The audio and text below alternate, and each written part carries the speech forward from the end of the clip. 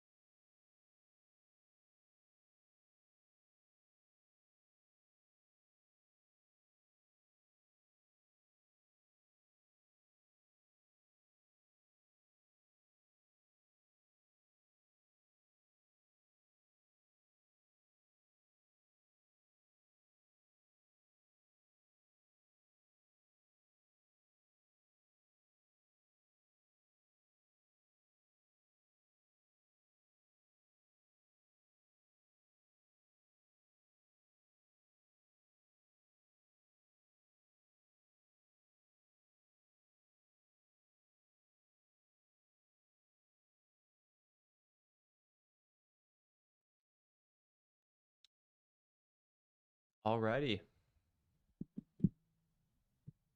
How you guys doing? Just got back from brunch. My girlfriend and I went to have some southern food at one of the hot spots here in Atlanta. Pretty good. Not gonna lie, I think southern food is done not so hot a lot of the time, but this place is actually pretty good. If you're ever in Atlanta, here, I'll show you guys a couple pictures.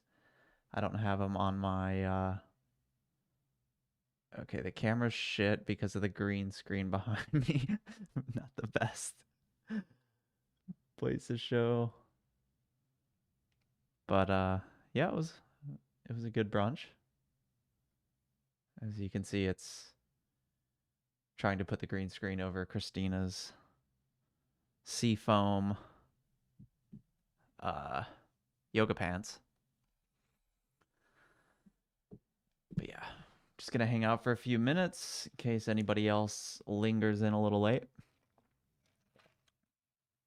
Also got my Dunkin' Donuts. Had to make a last minute pit stop so that I can be all caffeinated and juiced up for this stream, you know? All right.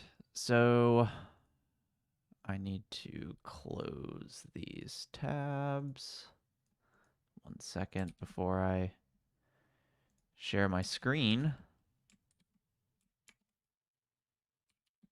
Some things you guys can't see. So, all right. Well, before we get to that, let's touch on some of the things I plan on talking about today, assuming chat isn't as active as you guys were last week, which was greatly appreciated. You guys were awesome. Good questions, good chats. It was fun. But today, what is on my mind? What are we talking about? The big one, as you might be able to tell by the uh what is it? The title of this stream. I quit programming. So that's probably the first thing we'll touch on, or maybe the second thing. And then the other thing is some changes that I'm going to be working on in my own life as a result of some blood test results I got back the other day. So I will show that to you guys as well. Because I think it's something that's important for you guys. So Uh, hold on 1 second. I want to. What the fuck is that? Promise we'll get started. I just want. Oh, my mouse went crazy. Sorry, Razer. Shut off there. Why did that happen so suddenly?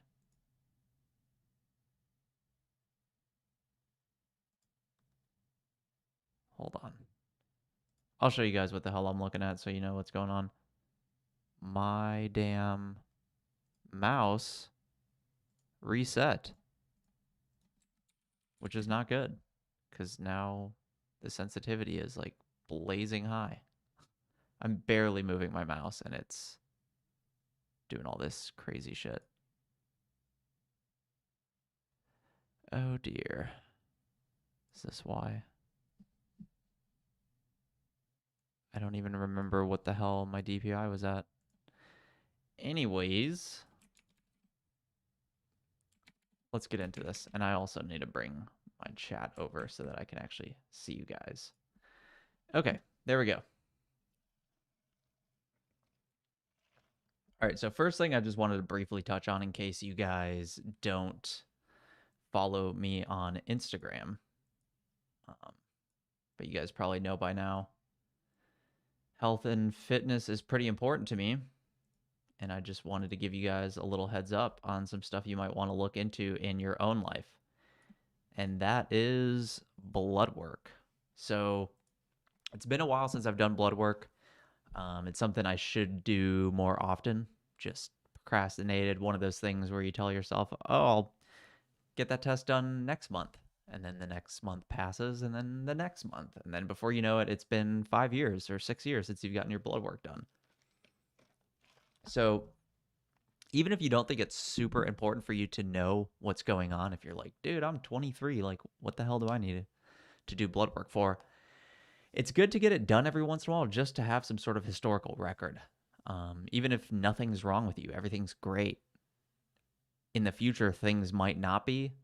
And I think it's good for yourself as well as your doctor to have some sort of record to go back on. You know, that way they can look at your levels from 5 years ago and say, okay, this number is actually low, but at least it's been consistently low. It's not like it used to be high and it was great. Now it's tanking. You know, it just gives them more of a complete picture. So, as I said in my Instagram post here, the last blood work I did was in 2015. And then this one that I got done was, I think I did the test exactly 1 week ago. So the morning of last week's live stream. But yeah, I got the test done and I was primarily curious about my testosterone levels. Not that I haven't been feeling good or not that there's been any issues necessarily. Just one of those things. I realized it had been 6 years since I did it, so decided to get a blood test done. And I was a bit surprised. The numbers were lower than I expected. Oh, hold on. I remember. I totally got caught up. Yeah, excuse me. I'm live on YouTube talking about quitting programming and my blood work.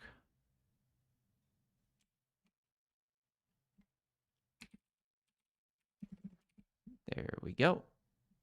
So that's done. Where was I again? Oh yeah. So I got my numbers back and I was expecting things to be a little bit higher because when I first got that test done in 2015, I think I had just started working out or I wasn't even working out yet. So I got that test done basically for all intents and purposes, got it done really at the start of working out. And having gotten this one done last week in 2021, I was expecting that my numbers would climb, my numbers would be great. Unfortunately, that's not how it turned out. But I'm not panicking. I don't think this is something that you need to panic about just yet. And I'm going to do a video in the future in more detail about this stuff, which I'll get to in a minute. But the reason I'm not panicking, the reason I'm not letting this number freak me out, one, testosterone numbers can just be a little crazy sometimes. If you watch if you watch some videos on YouTube, people just have some crazy shit happen when they get their blood work done. And sometimes it might be some crazy lifestyle change you have, or maybe the test was just weird, or you did it at a wrong time. You had a brutal workout the day before. There are a lot of things that can play into this. But I didn't expect such a significant change, especially in the negative direction. But again, I'm not freaking out. I'm going to use this as an opportunity to basically run some tests and to treat myself like a guinea pig. So, numbers are lower this test, but I'm going to add some lifestyle changes into my life and get tested every 3 months from now on, at least for like the next 9 months, 12 months. So basically a year. I plan to get tested every 3 months. And I'm going to see what I can do to this number. See if I can get this to increase, hopefully significantly increase it. We'll see. But I want to do everything as naturally as possible because I don't have anything against steroids. I don't have anything against TRT unless you're like 21 and you're like, bro, I need TRT. And you've been working out for like 3 months. So I don't have anything against this stuff. But again, I don't think I'm at that like dangerous level where they're like, hey, something's totally fucked with your body. We need to figure this out. And then also, I just want to see what can be done purely natural. Obviously, natural is kind of a weird term, but with just lifestyle changes to see what I can do with this number. So, some of those things that I'm going to do, that I'm going to test. First one, consistent sleep schedule. What you'll find is if you look up like natural ways to increase your testosterone, none of it's that crazy. Like most of it is just general health advice. It's stuff you might tell somebody if they're just starting to work out. You'd be like, hey, make sure you go to sleep on time, make sure you drink water, make sure you eat good foods. It's mostly common sense health and wellness stuff. But even if it's common sense, I still think it's worth trying and implementing into my life anyways. So the first one, definitely going to be a consistent sleep schedule. Probably the one thing I'm the worst about in terms of day-to-day bad habits. And I'm not the worst with it. It's not like I'm going to sleep at like 3 a.m., 4 a.m. or anything like that. I'm just not super consistent about it. So some days I'll be tired. It'll be 10:30, 11 o'clock. I'm like, okay, I'm feeling tired. Go to sleep.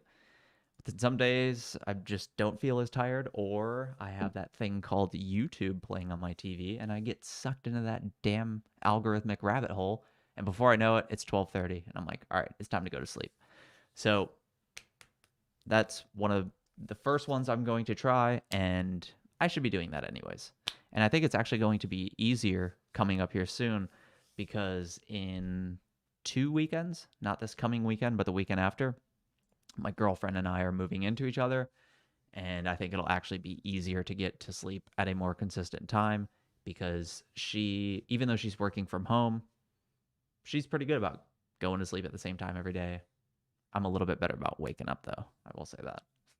Even if I don't have much sleep, I'll wake up at 7 o'clock and be totally fine. So, sleep is the first one.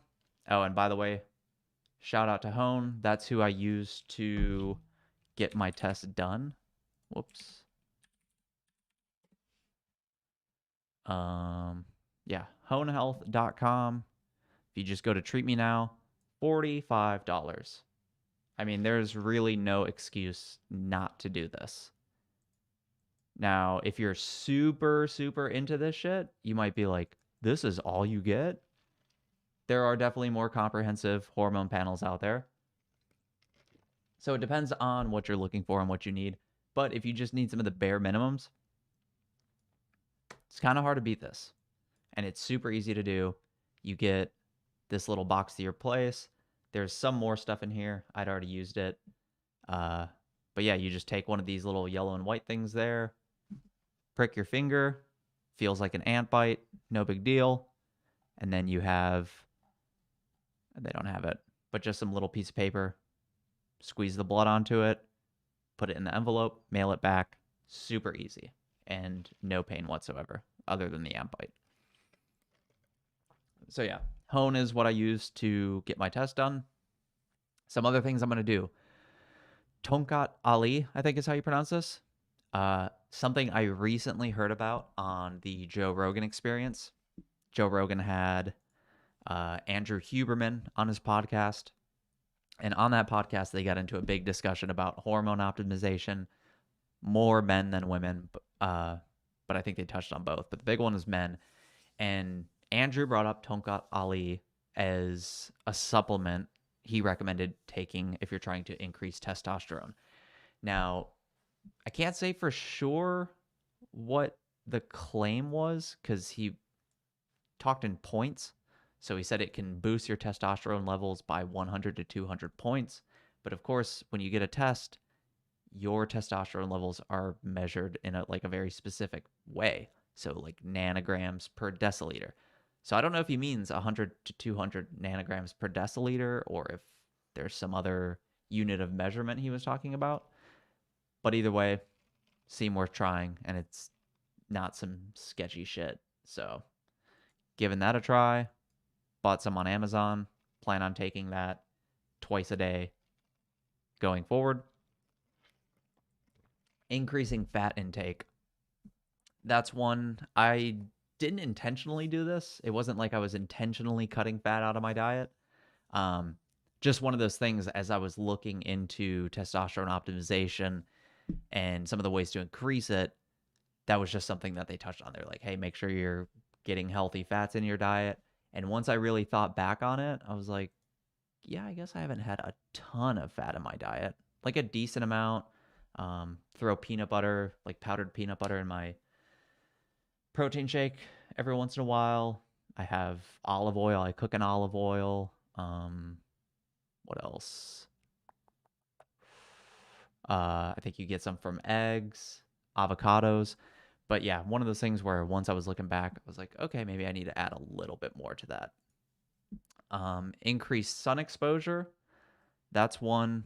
I take vitamin D3 daily just to counteract the lifestyle I live, which up until recently was freelance software development at home.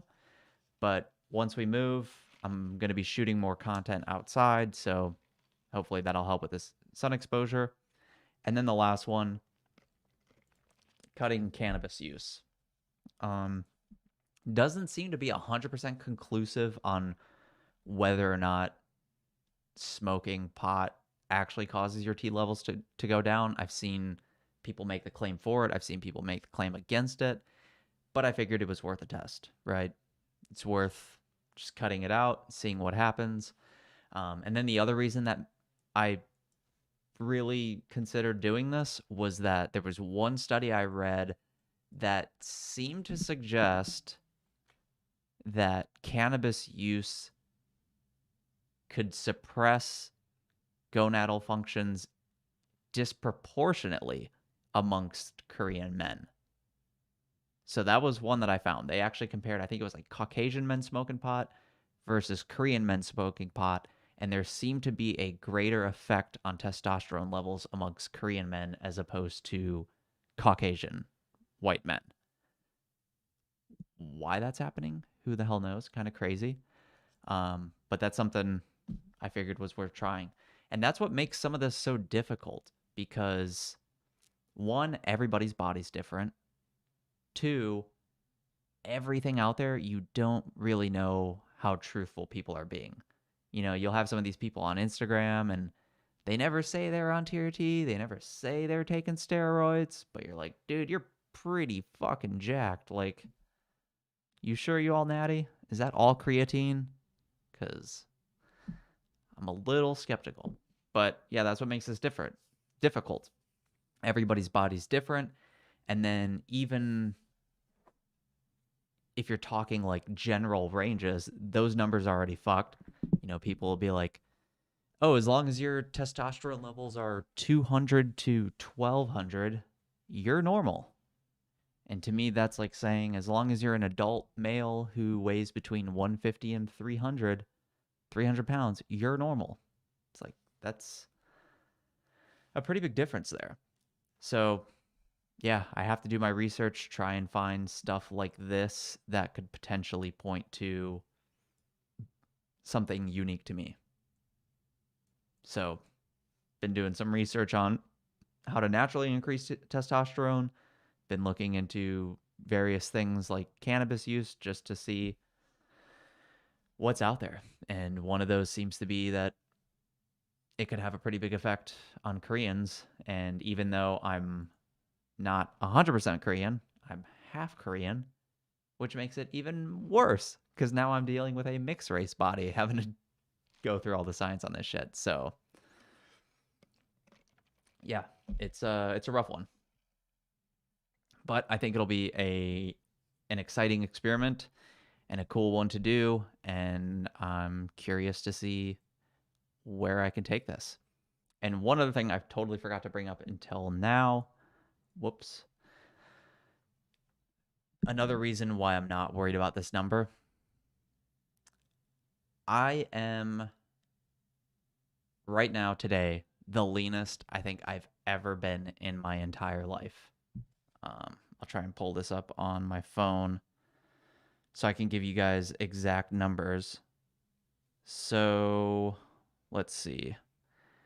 On May 22nd, I weighed 176.4 pounds. That was May 22nd. And yesterday, July 31st, I weighed 162.7 pounds.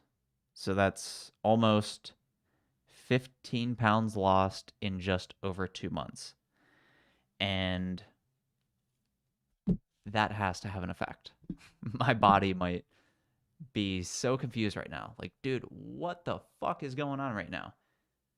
I'm very leaned out, easily the lowest body fat percentage I've ever had. So that's another reason that I'm not too concerned. I've done some pretty crazy stuff to my body over the past 2 months, ramped up cardio, ramped up the intensity in the gym, dieting right to cut some of that body fat. So it wouldn't surprise me if this is having not only an effect on my numbers, but also a gigantic effect on my numbers. So we'll see. And to go back to another YouTube video I was watching, guy had that issue.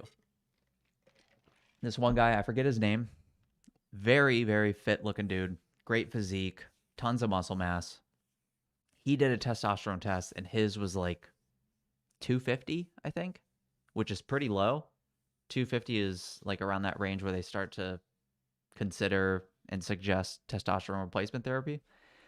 But he was like, okay, something's wrong here because he knew that number was too low. He was just like, I was also cutting for a bodybuilding show. So he was just like 0% body fat, super lean. And that's when he took the test. So he was at like 250 ish when he was cutting for a show, low body fat. And then like a couple months later, when he got that body fat back onto his body, gained, 10, 15 pounds back, then his numbers bounced back into like the 700 range, which is pretty crazy, like a 500-point jump. So I think that might be what's going on here. I think. But maybe that's also me just being very hopeful and optimistic. But we'll see. But yeah, like I said, the plan is to 3 months from now, so that'll be August, September, October-ish. I'll do another test, compare that to the one I just did last week, along with the one I did in 2015 to see what the hell happened across that entire time.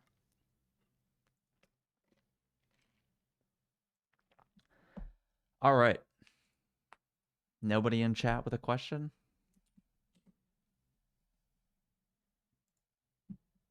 Guys are easy today.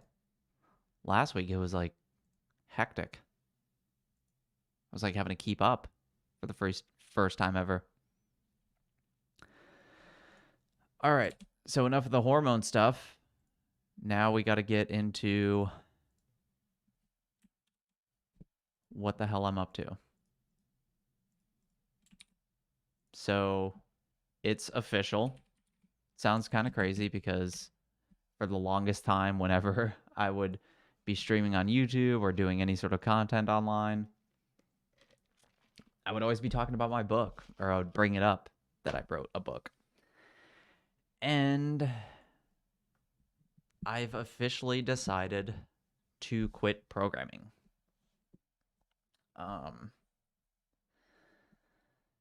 Not sad about it at all.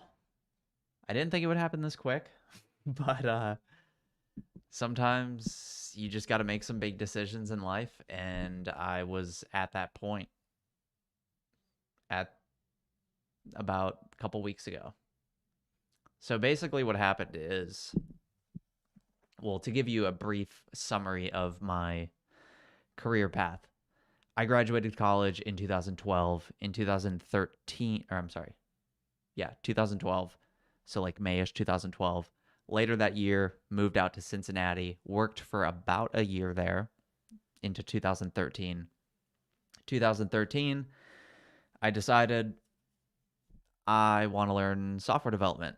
So I quit that job, moved down to Atlanta, taught myself software development, been working there ever since. But I've made little changes throughout that time. So like at first, I started basically just taking whatever job I could get. Then I was like, okay, this is annoying. I want to be a developer at a startup. So then I went to a startup, realized that was kind of crazy. It's high risk, very, very little chance of reward is how it should be said. Just wasn't my environment, right? So worked at startups for a little bit, decided that wasn't working. Then started doing like some agency work. Things were getting better. Started working from home. Things were getting a little bit better. Started doing remote freelancing work. Still a little bit better, but never fully satisfied. I always knew like this isn't going to last forever. This is not something I could just do for the rest of my life. And for a while, I thought that I might start an agency or, just really ramp up the freelance work to the point to where I have like a couple of contractors kind of managing projects. But a couple of weeks ago, whenever I finished the last project I was working on, I realized I just hit this wall. I had no desire to go out and try and get new work. And it's not because I hate programming. I actually do like it. But the problem is there's a big difference between working on programming when you're doing your own passion projects and working for somebody else. They're two totally different things. Coding on my own stuff, it's kind of enjoyable. Working for somebody else, I'm checking my watch every couple of minutes to see when I can just be done with it. So yeah, once I ended up, losing that contract, I was like, initially, I was like, okay, we'll take a couple of weeks, give myself some time to rest, and then I'll get back on the market, start emailing people, start doing cold calls, trying to get my next freelance engagement. But it wasn't there. I was just like, I am done programming. I can't do this anymore. So I'm doing my own thing. I'm just going to go for it. We're just going to figure it out. That's where I'm at. Now, I'm not doing this totally blind. It wasn't like I just quit my job and was like, all right, find out how to make money. Got some stuff in the works. But really, I think I just got to a point to where Me and the people around me, the people around me that I value the most, whose opinions I care about the most, the people who I know want the best for me, just sold me on the idea. They're like, dude, you're doing all of this cool stuff. You're good at what you do. Make that what you do. That's what you need to do. So I'm really, I never thought I would be the person to say it, but I really like working out. I really like exercising. I like calisthenics. I can even see getting into bodybuilding, not to like Mr. Olympia levels, but just like bodybuilding for my own personal aesthetics. So I'm just going to pursue all the stuff that I'm interested in, all the stuff that I like doing, that I want to do. Basically, all the stuff that I would be working on after work, I'm just going to make that what I'm doing. So, some of that stuff is going to be just me like bullshitting, like this Sunday live stream that I've been doing. Helps me relax a little bit. Helps me bounce some ideas off of you. And then when we have a bunch of people in chat like we did last week, to have great discussion. Going to be doing some drumming content on both YouTube and Twitch. I'm going to be moving into personal training and educational fitness content on YouTube and my Instagram. And then not getting out of technology entirely. I'm not going to be coding necessarily, but using my technical knowledge and my girlfriend's new job. She is now working in technology at a SaaS. I realize there's a huge missed opportunity there. So that will probably be the primary money generator for us.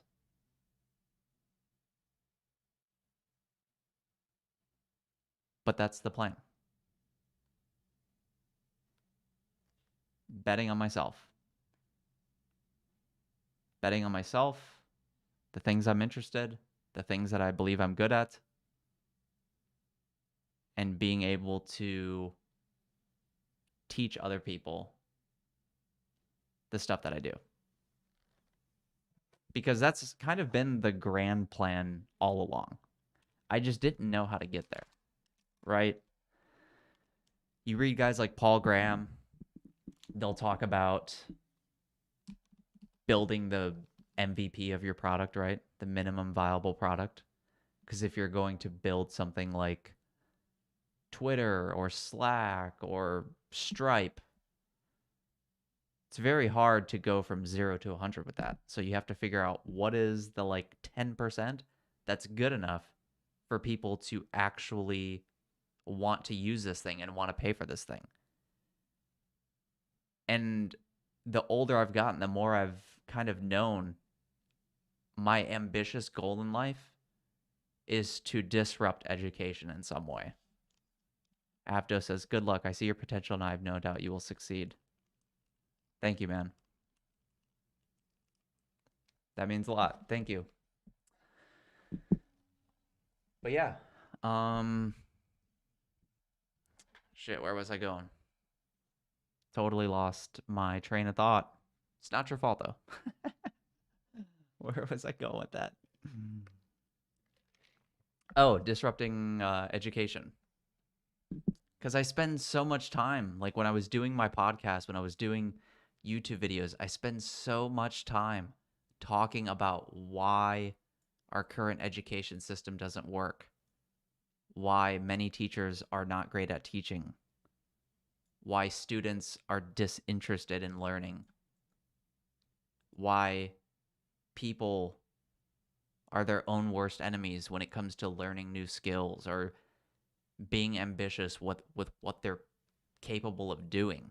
I truly believe this stuff. And I always had this idea of like some way I want to completely subvert that entire system. and basically have my own school. And I'm not saying this is going to exist 5 years from now. This might be like a lifetime journey. But I never saw the path there. Like, how do I get there? That's such an ambitious goal. And now I'm starting to see the smaller wins, the smaller content creation paths that I can do to slowly build up to that.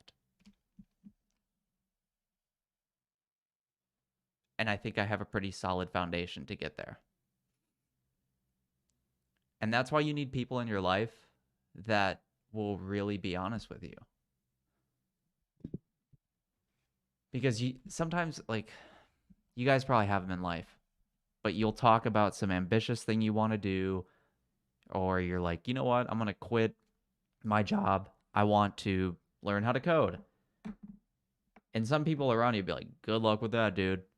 Like, they immediately shoot it down the second you tell them. Cut those people out. Like, if you're completely oblivious as to who you are and they're like, dude, we're trying to help you here, that's one thing. It's a fine line sometimes. But sometimes you need those people in life who tell you, like, hey, you're selling yourself short. Like, you could be so much more than what you are. You need those people. And thankfully, I have some of those people in my life. And they look at me with what I do in the gym every day, some of the stuff I'm posting on Instagram, me just casually responding to people's DMs on Instagram or Twitter asking about diet, fitness, exercise. They're like, do that, but like take it seriously. Like, stop working a fucking 9 to 5 job or stop like freelancing. It's like, take that thing that people see you do in the gym and they ask you questions about it and they're like, hey, do you have any tips? Like, the market was speaking to me all along. They're like, take that and be serious about it. Don't just treat it as some side thing. You occasionally update Instagram and throw a video out there, and they're like, no, actually be intentional about it. Craft your feed. Release educational content every week. Take those questions that you're always getting, that you keep answering to one-on-one, and automate that shit. Make a YouTube video.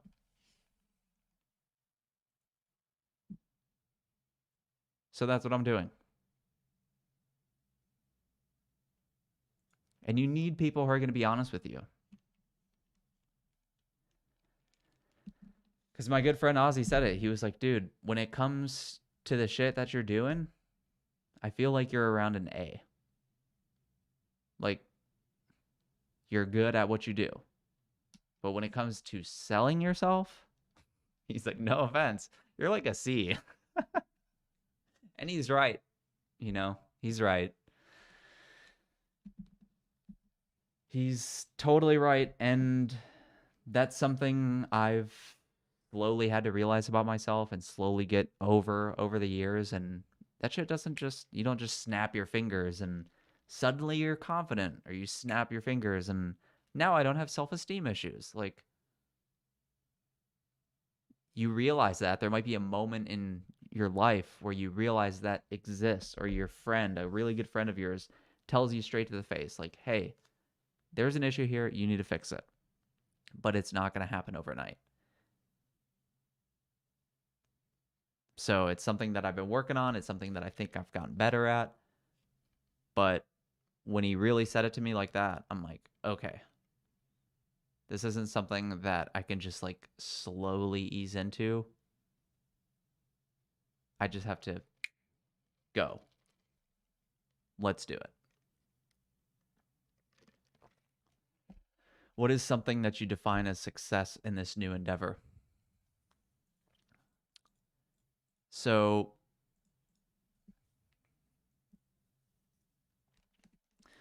With fitness, personal training, whatever you want to call it. I mean, there's the whole YouTube route, which that would just be like getting views initially, having people say like, "Hey, this is valuable content," or like, "I learned something new in this video." Initially, it would be something like that.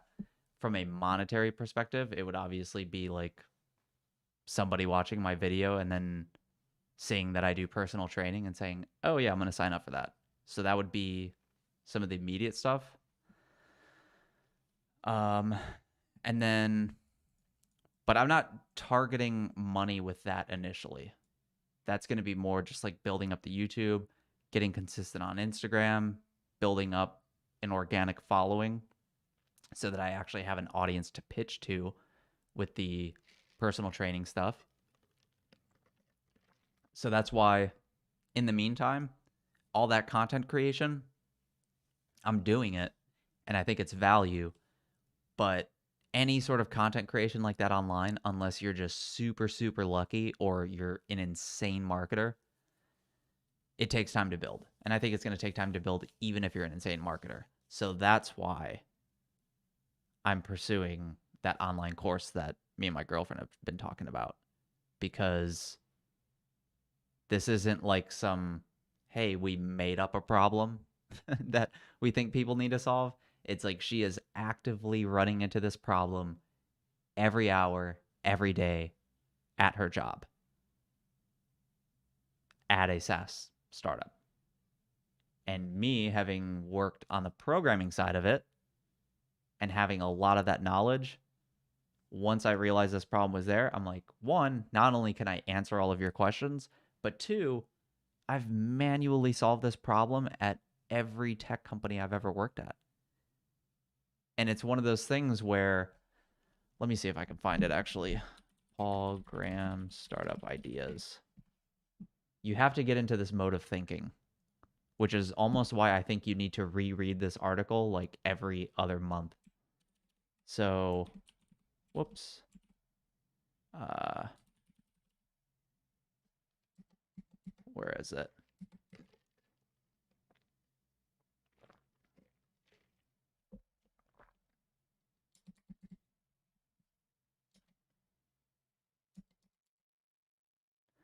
Where is it? I just don't want to paraphrase somebody like Paul Graham because then you just absolutely murder his wording.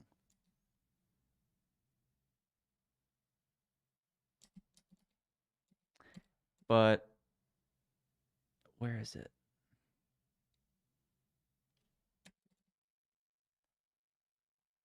But yeah, the basic gist of what he was saying. What's up, Levi?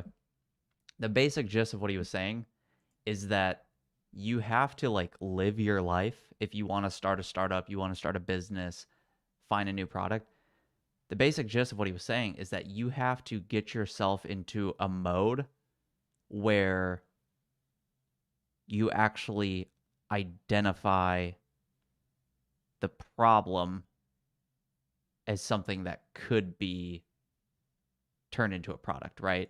Like it's so easy. I mean, going back to my when I was working day jobs at startups, some of the non-technical people would just ask me a question. I would just answer it, right? Just give them the answer.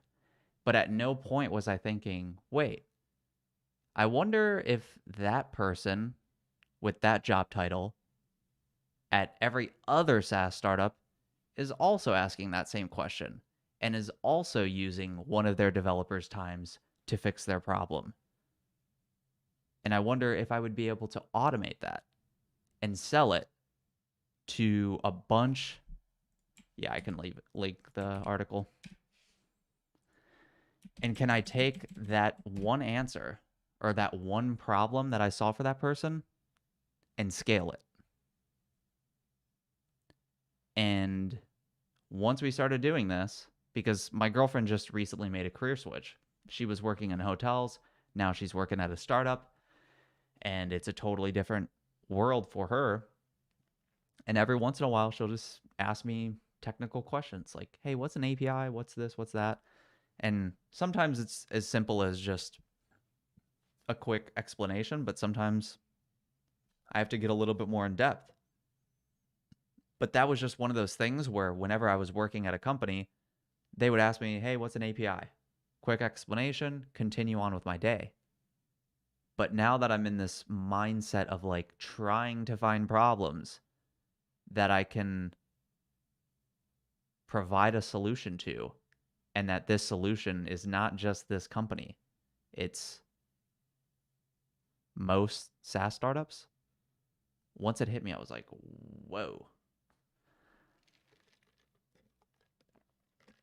You work for a startup making software for hotels? That's awesome.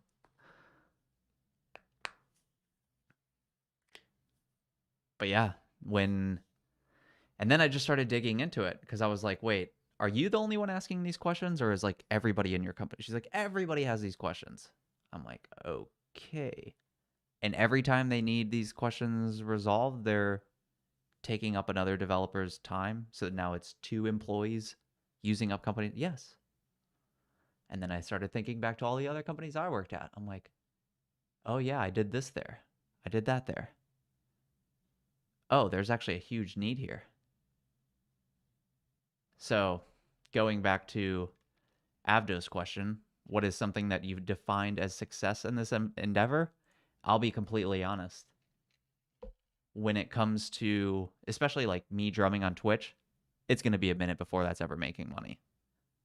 YouTube content, once my account gets monetized again, a little bit here and there. Um, the book I wrote, the Angular tutorial, that's actually being turned into a video course on this website. I think that should be live pretty soon. It's going under technical review. So that could be pocket change every month, or maybe it pops off on that platform and I'm actually getting decent money. Who knows? So that's there. Fitness content, likely a longer road to generating money, but not super long. Because I could just, obviously if you're going for like YouTube views, YouTube subscribes, that might take a little bit. But in terms of just like base personal training, I could probably like put together a website, throw up a picture of me 5 years ago, picture of me today, be like, hey, you want this? Pay. So that I could kind of piece together a little bit more. But it's the online course, I think, that is the biggest, quickest win in terms of getting cash. But the good news is, and this is something I recommend to all of you guys, one of the privileges that we have in this industry, working in software development, is that demand for labor is really high, supply of labor is very, very low. And the supply for labor actually would be higher, I think, if employers weren't so weird about hiring. If they would actually like be open to mentoring legit juniors into like mid and seniors. But of course, everybody bitches about trying to get their first job, and then the second they're in a hiring position, they're like, we need people with 10 years of experience. It's like, what the fuck? Like, how do you think this happens? Shit. Where was I going with that? I've been horrible today. I keep losing my train of thought. Damn it. It's the low T, dude. Um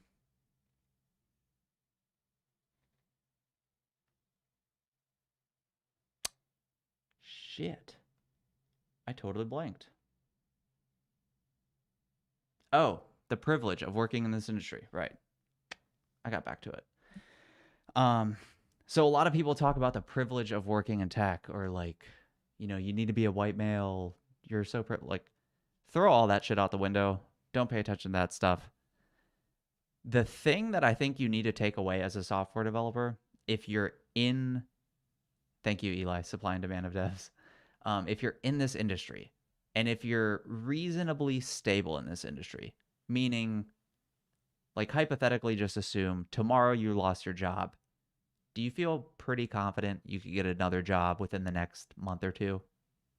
If your answer is yes, then I would consider you stable. Like, you just need a couple of weeks, maybe 2 months, 3 months, just to deal with like that whole interview cycle. You schedule interviews, you do the quick phone call the next week, you do the technical, right? It's a little bit of time. But if you're stable enough in the industry, I think you should take full advantage of this. The way I did it, and not everybody wants to do it this way, but when I wrote that book, I was just like, okay, this is something I want to do, but I don't have the time to do it. Because after working my day job, I was just completely wiped and I didn't feel like writing for 3 hours. So I saved up money. And we make enough money to have disposable income. And if you don't have disposable income because you live somewhere that's expensive, get out. Move somewhere cheap. You don't need to be there. I'm moving out of Atlanta in 2 weeks. I'm living this. Don't say I'm just saying it to say it. I'm moving out of the city like 45 minutes. My girlfriend, we both have 1-bedroom apartments.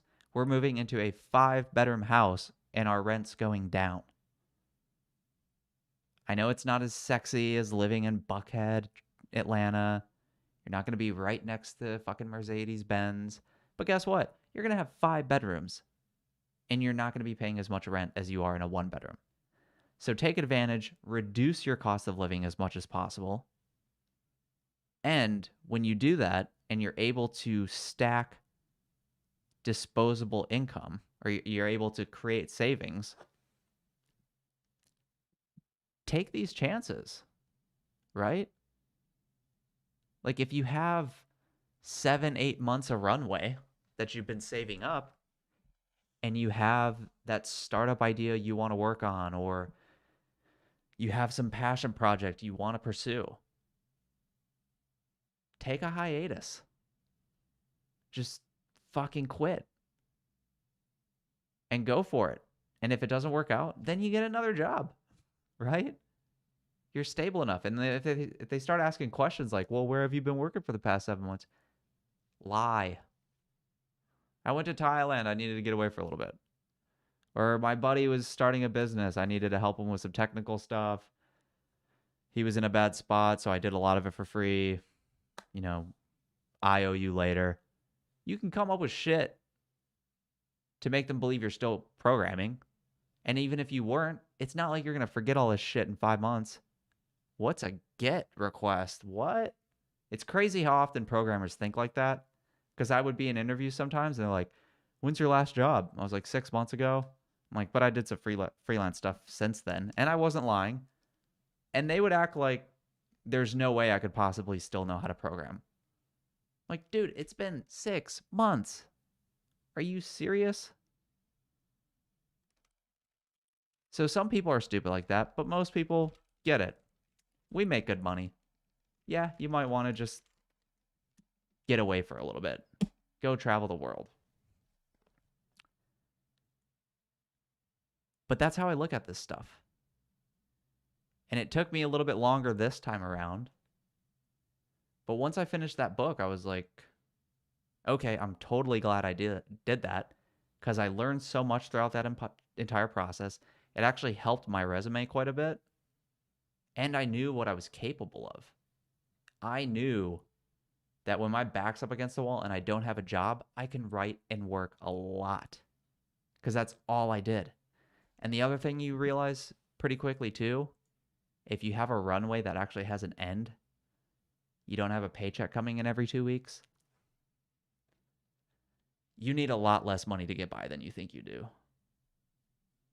Because that's what I did. Like right before I quit my job to write that book, I looked at my bank account, looked at any crypto I had. I'm like, okay, how much time do I have to play with here? Right. And I did my fruit analysis. What is it? Like fruit finance. It's like food, rent, utilities, income, and what is the T? Fruit personal finance acronym.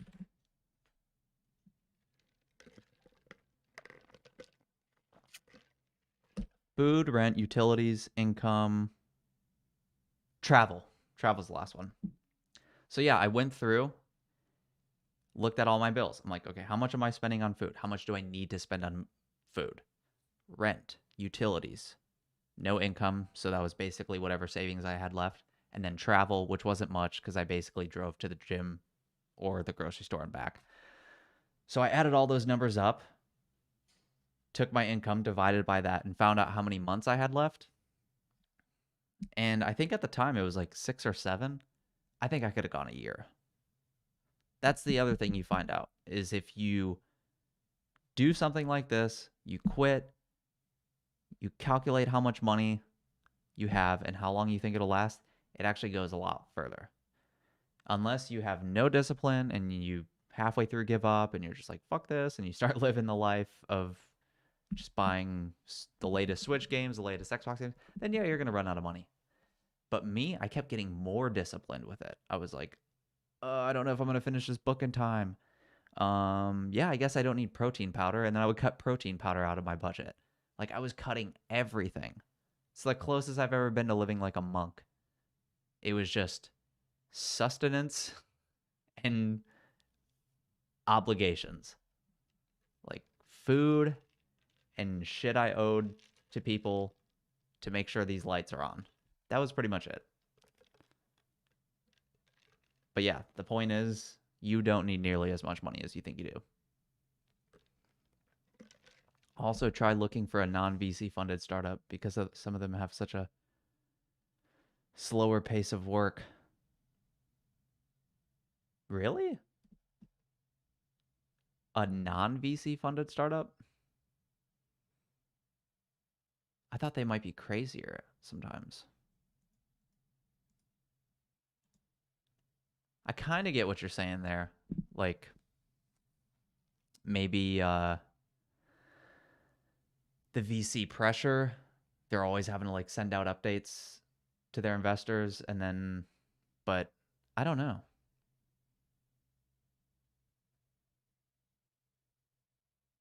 But yeah, the non-funded, I feel like sometimes they're crazier because they actually have to be profitable. Like they actually have to be making money. Um I don't know. Trying to think of the places I've worked at. One of them was non-VC funded. That was Will and I. He's in chat. We worked at that one together. That was a fucking disaster. oh, oh my god, what a disaster. But then I've worked at ones that were like VC funded, and those were also kind of a disaster. So I work for one now, and because the founders have more skin in the game personally, the pace of the work is far greater. Yeah, that's what would worry me is that if you're if you have VC money, you feel a little bit more secure, or shit, probably a lot more secure, right? Because you're like, hey, we just raised like 15 million, and yeah, we don't have to be that. We don't have to grind and hustle that hard, guys. But then I could also see the case where maybe they get investment money and then they just constantly feel under pressure if the VCs are just like emailing them all the time, like, what's your revenue numbers at? What's the churn? What's and you're just like, fuck. But if they're profitable and not really looking to totally change the platform, it's mostly maintenance.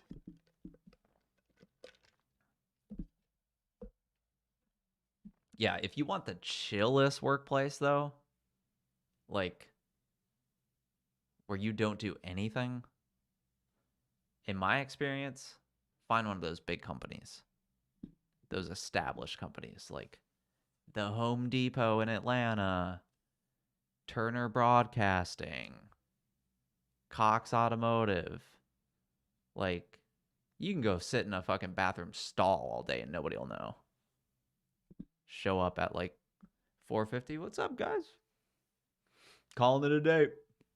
Where you been? Taking a shit? They'd never know. That actually happened to a guy I work with.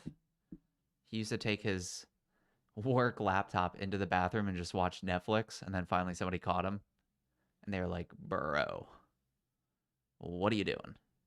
And the worst part is his aunt, I think it was like a pretty high level exec at that company, and she got him the job. It's like, Jesus Christ. Depends, man. Amex and U-Haul worked me like a dog. Oh, God. Yeah, I believe Amex. Everybody I've known who's worked in, like, worked tech roles in finance, it sounds like the worst thing ever. I've always steered clear uh of the finance companies. There's a bunch in Atlanta. Every time they contact me, I'm like, I'm good. And I don't want to work with Fortran or whatever the hell they'd probably be working with. That and like Delta is big in Atlanta. They hit me up multiple times. No, thank you. Just some of those, you just know it's going to be Boomer Central. But then sometimes you can get the flip side of that where it's just college frat house. And then you're like, hey, I ain't looking for this either. And surprisingly, the most enjoyable job I think I had, other than the first one that I quit straight out of college, that was easily the best job I ever had. But was an agency I was working at. It was like they brought me in, making it sound like it was so chill. They're like, "Oh yeah, we just need somebody who knows a little bit of Angular, come in, touch up a few projects here and there." Then I got in, it was like, "Hey, have you heard of working 75, 80 hours a week?" You're like, "Whoa." But thankfully, everybody that worked there was super cool. They were so much fun. That was the only thing that made that job tolerable. So, if it wasn't for that, I would have probably just walked out the door. I was like, you guys lied to me about, not only did they lie to me about the hours I would be working, they lied to me about the fucking framework I would be using. They brought me on to do Angular. They're like, we need an Angular expert yesterday. We want you. I come in first day. They're like, hey, have you ever used Ember? I'm like, motherfucker, dude. Why is this industry such a nightmare? Finance is a goddamn nightmare. Traditional and crypto. Yeah, crypto's got to be insane right now. What about UI UX positions inside the startups? Um so UI UX within startups I think could be really fun depending on the company you're with. It could be really fun and really cool because you would be designing a lot of stuff because they're probably adding new features all the time, or they release a feature, the users don't like it. Like there could be a lot of iterative stuff there. Um, the one thing with UI UX, and I don't know if you're already doing this or if you're doing, like if you're already doing it and you're thinking about going into a startup, or if you don't do it all and you're just curious about that end startups. The one reason why I never got into UI UX design more, which I did consider it pretty early in my career, I was going to switch completely out of programming and learn design, was that I was in enough meetings with designers where I'm like, oh, the execs basically design. Like you bring in something, you're like, here's what I came up with. And then they're like, we don't like that. We don't like that. Why don't you do this? Why don't you do this? And you're sitting there looking at these guys like, hey, why don't you install Sketch and make it? Like, why did you hire this person if you're just going to design the damn page? So that to me was like one of the more frustrating things is that UI UX seems to be one of those things that not a lot of people do, but everybody when they're in the room during a meeting seems to think they can do it. It's like, oh, I don't need Photoshop. I'll just sketch it. I know what I'm doing. It's just a bunch of boxes, just got to lay it out right. So that shit would irritate the hell out of me. Because I would see some really, really talented designers that knew what they were talking about. And then some exec just comes in. He's like, that shouldn't be there. That color should be different. Like with no real thought process. What about UI, UX, UI jobs inside of these startups? I'm trying to establish an outsourcing company here in my country, and I am wondering if they are open to these types of work contracts outside of America. Um, I would say so. I think development is way, I can't say for sure. Only because most of the places that I've worked at, development was typically outsourced first. Whereas UI stuff was typically done in house. And I think that's because they wanted to be right there with them to design it for them after they designed it. Um, no, but seriously, I think it's because they want them there hands on so that they can kind of see that process as it goes along, as opposed to outsourcing it to somebody else. You see it a couple days later. Not saying it's impossible to do. I'm sure there's plenty of people that are doing exactly that.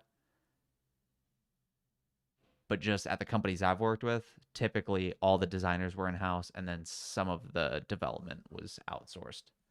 But there's definitely people who, I'll send you one guy. What's his name? Youssef. I would recommend checking out this guy, and I'll share my screen real quick. He's definitely very established as a designer, and I actually used to be a part of his. He has an online course type thing. Let me see if I can find it. What is it called? Fuck, I can't remember the name of his course.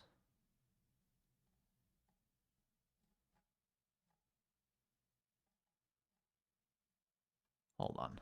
Let me search my email real quick. I'll bring back the desktop in a second.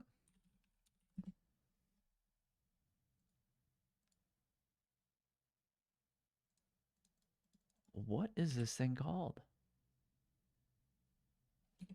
Webflow. I got emails from Will Ricketts here. I could find everything but the thing I'm trying to find.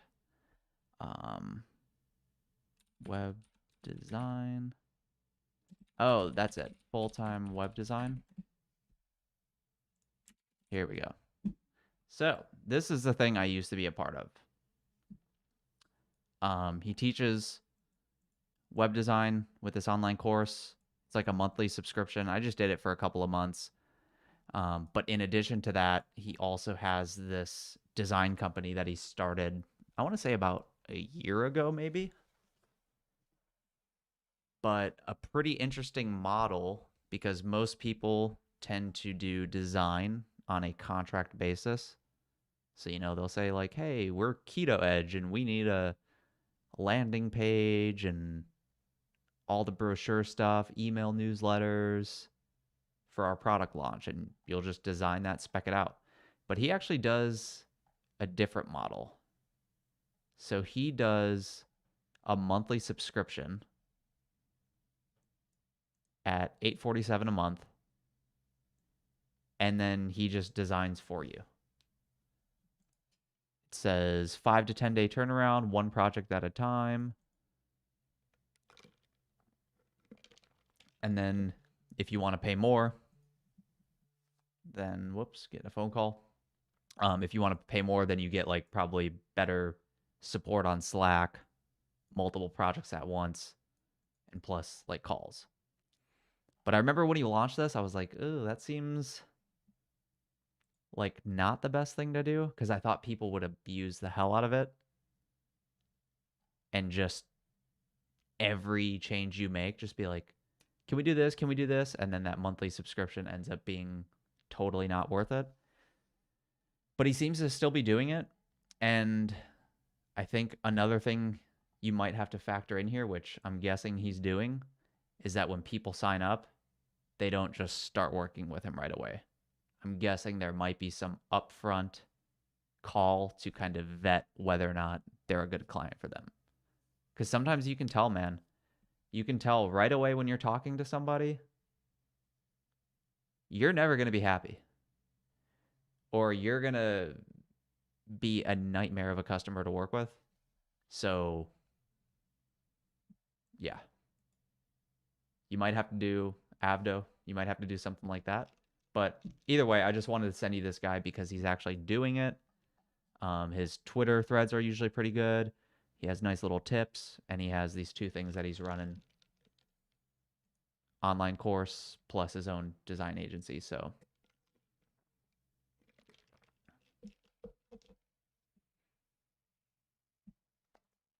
do I get to stand behind him? Am I missing the joke? Did I like scroll past something? I feel like I'm missing this. uh, but yeah, we're checking out. But yeah, if you're gonna do this model, I would imagine you have to vet these people, and that's what I did with my book too. It's actually lower in price now, but when I initially released it, I set it at $100 intentionally because the last thing I needed with that book, even though I would probably make a ton in sales, like my sales numbers would be high if it was $10. I knew I was just going to get shitty people buying that book. It was going to be somebody who did a Python course last week, a Java course the week before that, a C# course the week before. I just knew it was going to be a nightmare. And I wanted people who were willing to commit to a $100 book because it takes no commitment to buy a $9 book. And if they ask me even one question that takes 15 minutes to answer, I've already lost that $9 that I made off of them, which would probably be like $7 after Amazon takes their cut. So I would just be reducing my hourly rate to such a low number that anytime somebody had a question with the book, I just lost money. So I set it really high so that one, I would get a better type of customer, which I did. And two, if I did have to ask questions, by the time I finished asking it, I wouldn't be thinking, okay, I just lost every dollar I made on that sale. Oh, gotcha. That makes sense now. Thank you, man. Send me your Twitter. I'm going to shoot you a follow as well. Adam Morgan. Or I'll just... I don't really tweet anymore, though, so...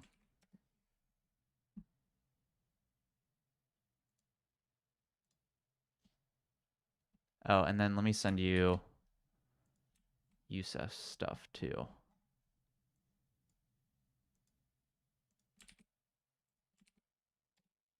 Design Dash and full-time web design.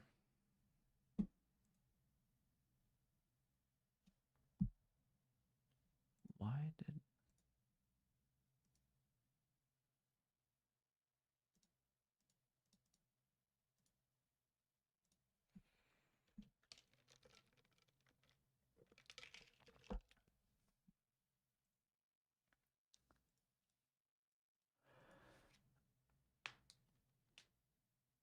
But yeah, that's what I think about all that. We got a little sidetracked there, though. That's how this shit works. But yeah, if you guys would be so kind, this is IG. That's my personal fitness Instagram. And me and the girlfriend yesterday went out to the pool, did a little photo shoot. So I'll be adding some pictures to that in the coming days. I'll add one later today. But then, yeah, I'll be having a couple more over the following days. And then it's just kind of a shitty time right now because we're moving next weekend. So these like next 2 weeks, it's like I have to be careful about what I work on because in a few days I'm gonna have to start packing shit, and then I'm gonna have to tear down this whole studio, get it set up in the new place, which means like next weekend I'm not gonna be able to stream. So shit's kind of crazy right now. But as soon as we're up there, then it's fucking go mode. And it's going to be awesome because now we're going to have a 5-bedroom house, which means we have our bedroom, we have a guest bedroom, we have my own studio for all of my shit. We're going to have a little home gym, which I'm probably going to shoot some content with. And then I don't remember. But the point is, we have a lot of space and I have a lot of room to do content. And we're going to be outside of the city. We're not going to be living in these shitty apartment complexes anymore. So I'm going to be able to like go out to the parks, shoot fitness content out there, come home, have an actual like apartment that I can drum in whenever I want. Also might buy an acoustic set. Say bye-bye to this electric kit. So yeah, I got a lot of plans coming up. It's just this next week is kind of weird, or next 2 weeks, because it's kind of hard to work on stuff when you're also packing shit up.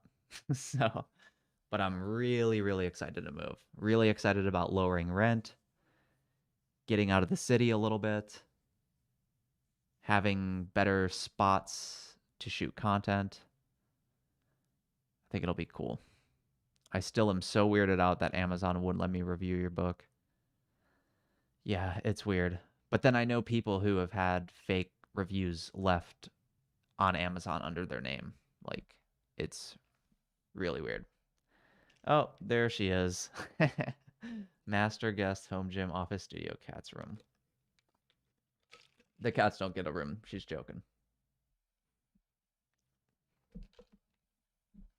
But yeah, glad she could join me. She's very excited as well.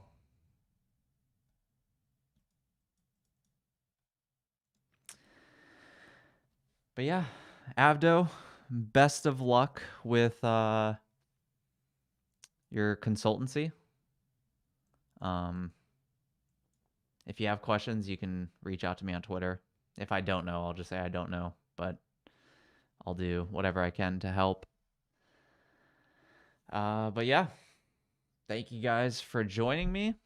And again, if you want to stay up to date on my fitness content, follow me on Instagram. And you'll be able to see all those dope pictures Christina took yesterday. They look awesome. But yeah, guys, that's it for this Sunday. Just over an hour. I got some errands to run. So, and then next week, yeah, we're good. Next week, I'll be streaming on Sunday. The week after, it might be crazy with the move. But yeah, next Sunday, 2 p.m. Eastern, live on YouTube. I'll be here. One last stream in this apartment, and then moving to the house. You guys are awesome. Thank you for swinging by. Have a wonderful Sunday. Bye.